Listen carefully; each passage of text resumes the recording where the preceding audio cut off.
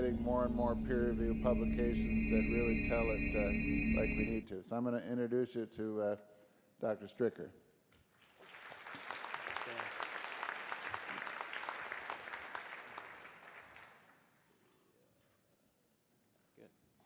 Thanks, Dan. It's always great to follow Alan McDonald's talk, first of all, because he's already given half of mine, and second of all, because you already had a chance to get up and stretch while you were giving him a standing ovation, so maybe you'll be able to stay awake for my talk.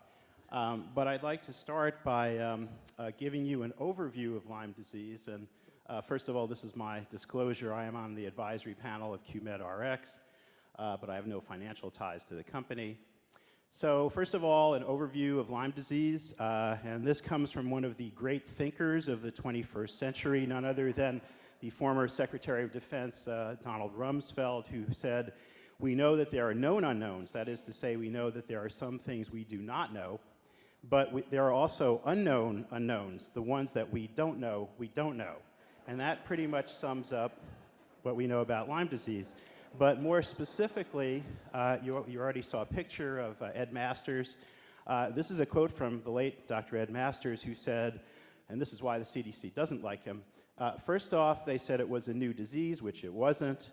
Then it was thought to be viral, but it isn't. Then it was only transmitted by the Ixodes damini tick, which is no longer considered a valid tick species. Then it was thought that seronegativity didn't exist, which it does. Then they thought it was easily treated by short courses of antibiotics, which sometimes it isn't. If you look throughout the history of Lyme disease, almost every time a major dogmatic statement has been made about what we know about this disease, it was subsequently proven wrong or underwent major modification. So what I'm going to talk about today is one of these dogmatic statements about Lyme disease, and it has to do with how fast a tick can transmit the disease. And this is one picture of a tick that's not very threatening. Here's another picture that I have to credit Steve Norris for showing at the LDA meeting, a pretty scary look at what's happening when it's biting you. So the question is, how long does it take for a tick to transmit Lyme disease? And in order to find out the answer to this question, of course, we do what we always do first. We turn to the internet.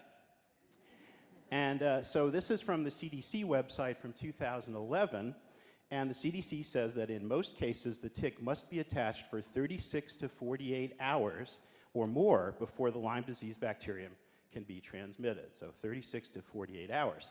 Now, of course, the CDC isn't partial enough, so we also had to go to the IDSA website, and the IDSA in 2011 said a tick has to be attached to the skin for at least 2 days to transmit the Lyme bacteria. So at least 2 days.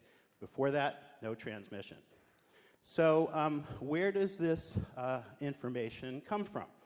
And the answer to that question is a little bit complicated because it comes mostly from animal studies of transmission from ticks to rodents or rabbits.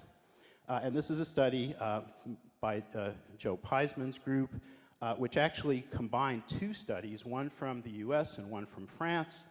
And they were looking at transmission of the B31 lab strain of Borrelia to mice from Ixodes scapularis nymphs.